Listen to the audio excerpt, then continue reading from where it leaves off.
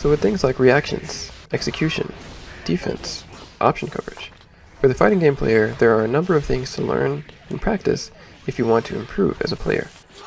And when you first start playing fighting games, it can start to feel that there are more things to learn when you have space in your brain. And depending on how you go about this can be overwhelming. However, I don't necessarily think that that's a bad thing, because being overwhelmed simply means that you have to prioritize the things that you're learning, taking it one thing or one skill at a time. And that's exactly what I've done on my fighting game journey. And while I've by no means mastered any aspect of fighting games, far from it, in fact, my journey has led me to the understanding that fighting games, regardless of how complex they are at a distance or when zoomed out, at their core are about problem solving, and ultimately, decision making. As every button press, movement option, even just sitting there and blocking, is a decision made. And despite this being such a fundamental skill, this actually turned out to be one of my greatest weaknesses. And I'm no stranger to the lab or analyzing my replays to try and improve, but when I was in a match, it didn't really feel like I was interacting with my opponent as much as it felt like I was going back and forth within myself about what the correct answer was in a given situation. And this indecision would more often than not lead to hesitation that my opponents would then take advantage of.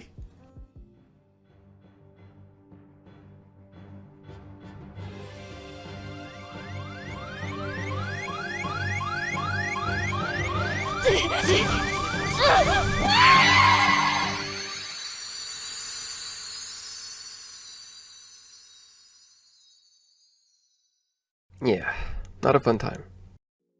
And this isn't an issue exclusive to fighting games either, or games in general really, as I've had difficulty making decisions in a timely manner in my personal life outside of the game as well, which may be a key factor in my procrastination habits. And seeing how pervasive this problem is for me, then likely the root of this issue is going to be beyond some of the more easily measurable things that I would typically look to improve when I hit a roadblock in a fighting game. And really, I think the crux of this problem is truthfully a lack of confidence. As of course, in order to make and follow through on good decisions, confidence is kind of a necessity. But unlike breaking down a complicated combo or figuring out a difficult matchup, developing confidence seemed a little more abstract. And in looking for a more structured approach to doing so, I came across SKD's video on the subject, where he says, there are two aspects to confidence for fighting game players that you need to know of, right? You kind of have to build things to be confident in, and then you have to be confident enough to apply those things, right? And that sounded simple enough, and certainly helped me see things a little more objectively. Especially that first point, right? Building things to be confident in. Which to me would be things like looking at frame data to help better inform the decisions I'll later make in a match, or attempting to build some form of a game plan, however crude it may be, or labbing specific answers to things I typically face in a matchup. Things that I'm already to some extent doing. Where I find difficulty though is in going from, building these things to be confident in, to then all of a sudden having the confidence to apply them. As if there's a step missing or something. Like, how do I get from A to B? Wait a sec.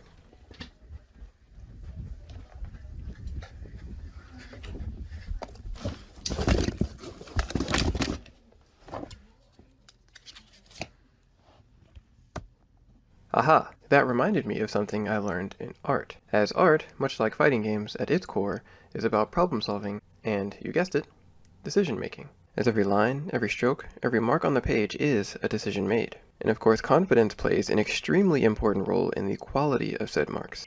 And there is a technique used to help artists develop accuracy as well as confidence in the marks that they make. And that technique is called ghosting. Though this technique was originally developed by artist and teacher Scott Robertson, for the purposes of this video and applying this technique to fighting games, I will be heavily referencing the Drawabox Lesson series by artist Uncomfortable. And I think Uncomfortable put it best when he said, "This ghosting technique of his is something that over the years I've come to appreciate as the bedrock of not only good mark making, but how we should approach most things in our lives.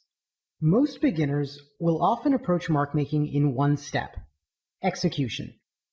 They bundle figuring out what mark they want to make and how they want to approach drawing it by actually making it into one task that their brain handles all at once. This is pretty inefficient when you think about it. Anytime you try to do multiple things at once, you're probably going to do a worse job at all the given tasks than if you did them one at a time. And I'll illustrate that now, literally. So let's say I want to make a line that goes from this point to this point. Pretty straightforward, right? All I gotta do is connect the dots.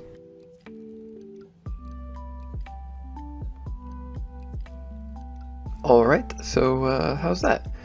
Technically it's pretty accurate, right? Now before going in and making this line, I did make sure to specify what line I was making, what range that line would cover, and the purpose of this line, which was simply to go from A to B in this scenario. But what I did fail to specify beforehand was how I was going to make that mark, or how I was going to get from A to B. And as a result, I was trying to figure that out while I was making the mark, which led to this wobbly, unconfident, hesitant line. As the majority of these wobbles in this line are a result of me trying to course correct as I make the line. And so enter ghosting, which helps to simplify this deceptively complex process of making a mark into 3 distinct steps or phases. The first of those being the planning phase. This is where we identify the nature and the purpose of the mark and how it contributes to the overall drawing. Although in our case, this is an incredibly simple example in that it's just a line, so the nature and purpose of this mark is really just to cover the distance that we've outlined. But you can imagine these aspects of this phase scaling in complexity in relation to the subject of the drawing or what you're drawing. Like if you're drawing a box in perspective, each line would have to be at a certain angle to help communicate that it is in that perspective. Or maybe a line on a face communicates that it's the bottom of the face and it is furthest away from the light source, so you might have to consider the thickness of the line, so on and so forth, right? Really what's important here is to think about how the line that you're drawing will contribute to the overall piece of art that you're drawing or making, whatever it is. And so having considered that, we can move on to the preparation phase. And this is where we get used to the motion required to make the desired mark and get our muscles familiar with how we're going to achieve that. This is where we actually ghost through the motion by holding our pen above the page and going through the motion of making that mark without our pen actually touching the page. Here we draw in that motion from the beginning to the end of the line, pick our hand up, and go back to the first point and do it again, giving our arm or shoulder a better sense of what we needed to do. And this aspect of it is closely related to muscle memory, and that will be even more apparent when we take this technique back to fighting games. And now onto the final and simplest phase, execution. Now with our arm nice and comfy and familiar with the motion we needed to do, we simply repeat that motion we've been practicing, but this time letting the pen touch the page, producing one single confident mark. And Uncomfortable says about this phase that our focus is solely on getting ink on the page, that we should prioritize the flow of the mark first over accuracy.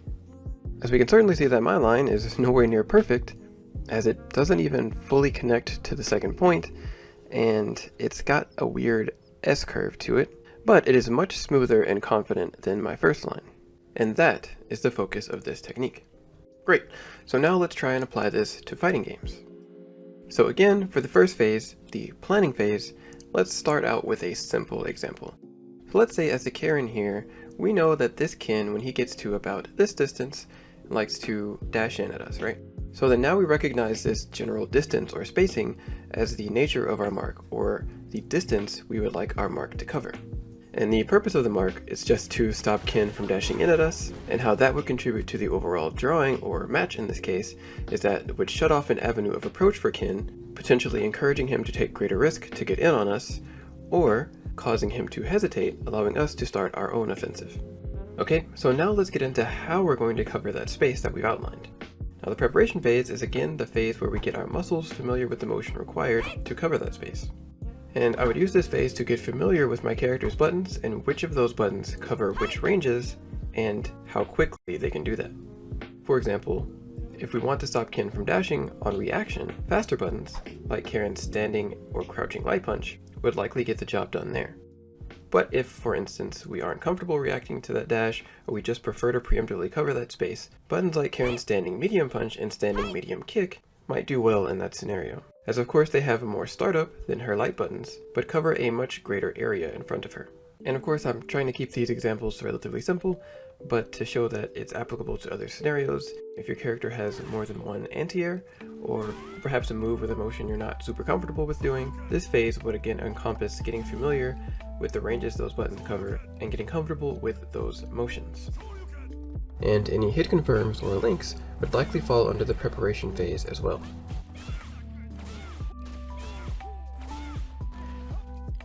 And now for the final phase, execution, this is where we repeat what we've been practicing in the previous phase and simply do the thing.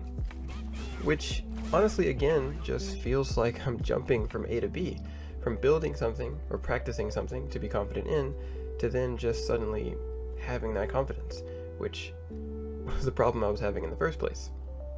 And really the answer to that is in the distinction between the different phases of the ghosting technique. And Uncomfortable illustrates this perfectly by comparing the technique to a production line. At every stage, you can think as though it's being handled by an entirely different person. Each one is only responsible for a very limited task, and they're not concerned with whether those before or after them are actually doing their jobs. So when you're executing your mark, you should not be thinking about whether or not you did enough planning or preparation. Whether you did or didn't is no longer relevant. The second your pen actually touches the page, any opportunity to avoid making a mistake has passed. You have to accept what happens and push through. And that is exactly how I view making decisions in a match now. In fact, once I leave the lab and enter a match, planning and preparation is done. I am solely in the execution phase. And that's not to say that I can't learn or make adjustments on the fly, but more so that that isn't my focus. My focus is on being present in the match. And while that has led to some hilariously confident yet horribly wrong decisions in my matches, as you're seeing on screen now, I have experienced a tremendous improvement in making and following through on good decisions more often as well.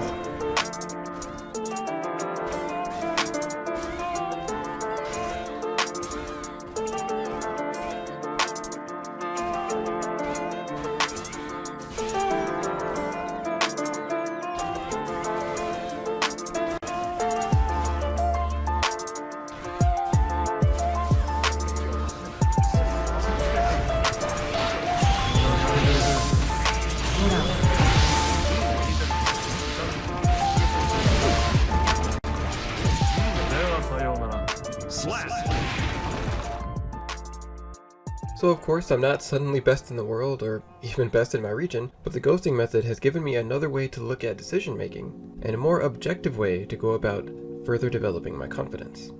And truthfully has removed an obstacle I've long struggled with, that I initially thought was just me being inherently bad. So if you, like me, struggle with overthinking in fighting games or in your life, maybe try applying the ghosting method.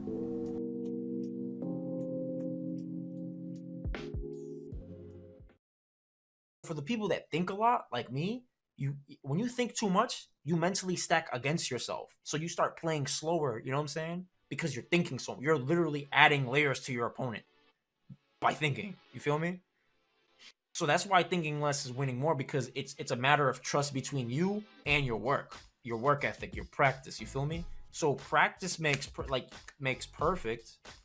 In a sense of less thinking, more present-mindedness, more centering yourself into the moment. You feel me? You want to play fast and fluid and be okay with the decisions you make.